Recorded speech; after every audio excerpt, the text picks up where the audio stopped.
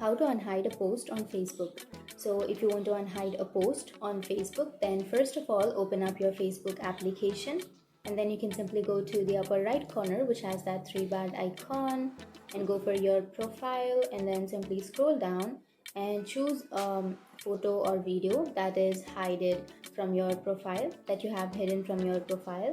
So for example, I'll be choosing this profile picture. So I have hidden this picture from the audience. Now after choosing that, you can go for the upper right corner of that photo or that picture which has that three dots icon, and then go for edit privacy.